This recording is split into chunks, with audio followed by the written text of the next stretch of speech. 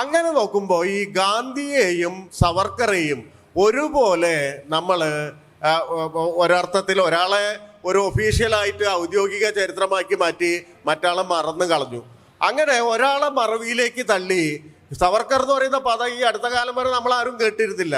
ആരാണ് സവർക്കർ എന്ന് ചോദിച്ചു കഴിഞ്ഞാൽ 10 കുട്ടികളുണ്ടെങ്കിൽ ഒരാൾ പോലും ഉത്തരം പറയില്ലാത്ത അവസ്ഥയെന്ന് ഇന്ന് ഇന്ത്യൻ മിഡിൽ ക്ലാസിൻ്റെ ഉള്ളിലെ വലിയ ഒരു സാന്നിധ്യമായിട്ട് അൺസങ് ഹീറോ ആയി, ഇതുവരെ പാടപ്പെടാത്ത ഹീറോ ആയി, ഒരുപക്ഷെ നാളെ ഫാസിസം വീണ്ടും ഭരിക്കുകയാണെങ്കിൽ രാഷ്ട്രപിതാവിൻ്റെ സ്ഥാനത്തേക്ക് കൊണ്ടുവരാവുന്ന ഒരു ബിംബമായി വളർന്നുകൊണ്ടിരിക്കുന്നു.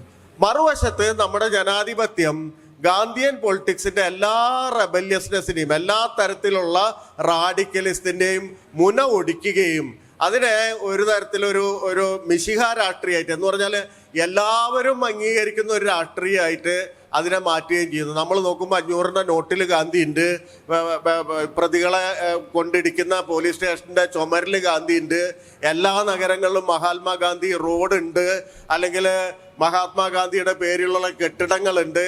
ഇങ്ങനെ നോക്കുമ്പോൾ നമ്മൾ വിചാരിക്കും ഗാന്ധി എല്ലാവരാലും അംഗീകരിക്കപ്പെട്ട ഒരു മനുഷ്യനായിരുന്നു.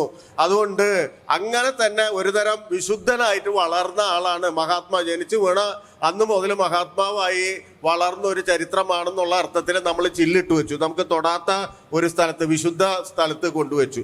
അപ്പോൾ ഈ ഗോഡ്സെ പറയുന്ന ഈ സവർക്കർ വേഴ്സസ് ഗാന്ധി എന്ന് പറയുന്നത് ഇന്നത്തെ ഒരു രാഷ്ട്രീയ കാലാവസ്ഥയിൽ എത്രമാത്രം ആഴത്തിൽ പ്രവർത്തിക്കുന്നുണ്ട് എന്ന് പരിശോധിക്കുമ്പോൾ നമുക്ക് വളരെ വ്യക്തമായിട്ട് മനസ്സിലാവും. അത് പഠിക്കുകയും അതിൻ്റെ പാഠങ്ങൾ കൂടുതൽ പ്രവർത്തിക്കുകയും ചെയ്യേണ്ട ഒരു ഘട്ടമാണ് നമ്മളത് മനസ്സിലാവും. അതാണ് ഈ പുസ്തകത്തിലേക്ക് വരാനൊരു കാരണം.